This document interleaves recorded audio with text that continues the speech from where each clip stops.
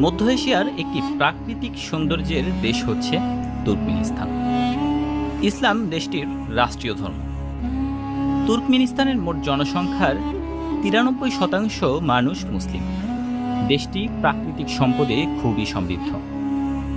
তুর্কমেনিস্তানের স্থানীয় নাগরিকদের গ্যাস, বিদ্যুৎ, পানি ব্যবহারের জন্য সরকারকে কোনো রকমের বিল দিতে হয় না।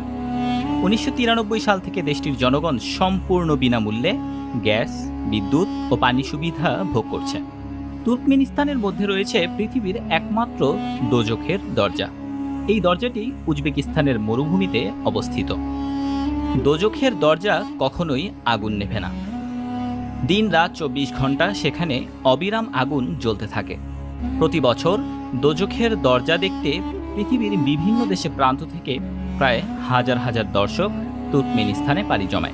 তুর্কমেনিস্তান খুবই